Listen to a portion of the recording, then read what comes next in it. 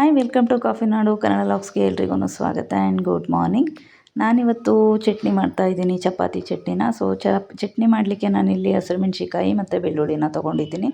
ಅದ್ರ ಜೊತೆಗೆ ನಾನಿಲ್ಲಿ ಏನು ಮರೆಳ್ಳು ಪುಟ್ಟೆಳ್ಳು ಅಂತ ಏನು ಕರಿತೀವೋ ಇದನ್ನು ಕೂಡ ತೊಗೊಂಡಿದ್ದೀನಿ. ಇದು ಬಂದು ತುಂಬಾ ಚೆನ್ನಾಗಿರುತ್ತೆ.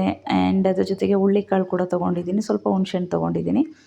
ಹುಳ್ಳಿಕಾಳು ಮತ್ತು ಮರೆಳ್ಳನ್ನ ಸೇರಿಸ್ಬಿಟ್ಟು ಚಟ್ನಿ ಮಾಡಿದ್ರೆ ಅದು ತುಂಬ ಅಂದರೆ ತುಂಬಾ ಚೆನ್ನಾಗಿರುತ್ತೆ ಆ್ಯಂಡ್ ಟೇಸ್ಟಿಯಾಗಿ ಕೂಡ ಇರುತ್ತೆ. 2-3 ನಿಮಿಷಕ್ಕೆ ಆಗುವಂಥ ಚಟ್ನಿ ಇದು. ನಾನು ಏನು ಬಿಸಿ ಮಾಡ್ಕೊಂಡಿದ್ದೀನೋ ಇಷ್ಟನ್ನು ನಾನೀಗ ಗ್ರೈಂಡ್ ಮಾಡ್ಕೊತಾ ಇದ್ದೀನಿ. ಆ್ಯಂಡ್ ಅದ್ರ ಜೊತೆಗೆ ಚಪಾತಿ ಕೂಡ ನಾನಿಲ್ಲಿ ಪ್ರಿಪೇರ್ ಮಾಡ್ಕೊತಾ ಇದ್ದೀನಿ. ಮರೆಳ್ಳು ಮತ್ತು ಹುಳ್ಳಿಕಾಳನ್ನ ಹಾಕಿಬಿಟ್ಟು ನಾವು ಚಟ್ನಿ ಮಾಡೋದ್ರಿಂದ ಇದೊಂದು ಸ್ಪೆಷಲ್ ಟೇಸ್ಟ್ ಕೊಡುತ್ತೆ. ಆ್ಯಂಡ್ ಯಾವಾಗಲೂ ರೆಗ್ಯುಲರಾಗಿ ನಾವು ಕಾಯಿ ಚಟ್ನಿನ ತಿನ್ನೋದ್ರಿಂದ ಈ ಥರ ಚಟ್ನಿಗಳು ಮಾಡೋದ್ರಿಂದ ಇದು ಕೂಡ ನಮ್ಮ ಬಾಯಿಗೆ ಟೇಸ್ಟ್ ಕೊಡುತ್ತೆ ಆ್ಯಂಡ್ ರುಚಿ ಕೊಡುತ್ತೆ ಅಲ್ವಾ. ಅದರಿಂದ ಮತ್ತೆ ತಿನ್ನಬೇಕು ಅಂತ ಅನಿಸುತ್ತೆ. ನೋಡಿ, ಚಪಾತಿ ಹಿಟ್ಟನ್ನ ಯಾವಾಗಲೂ ನಾವು ಮಿದಿಬೇಕಾದ್ರೆ ಚಪಾತಿ ಹಿಟ್ಟಿಗೆ ಸ್ವಲ್ಪ ಹಾಲನ್ನು ಸೇರಿಸ್ಬಿಟ್ಟು ಮಾಡೋದ್ರಿಂದ ಚಪಾತಿ ಕೂಡ ಸ್ಮೂತಾಗಿ ಬರುತ್ತೆ. ಚಪಾತಿ ಚಟ್ನಿ ರೆಡಿಯಾಗಿದೆ. Thank you for watching.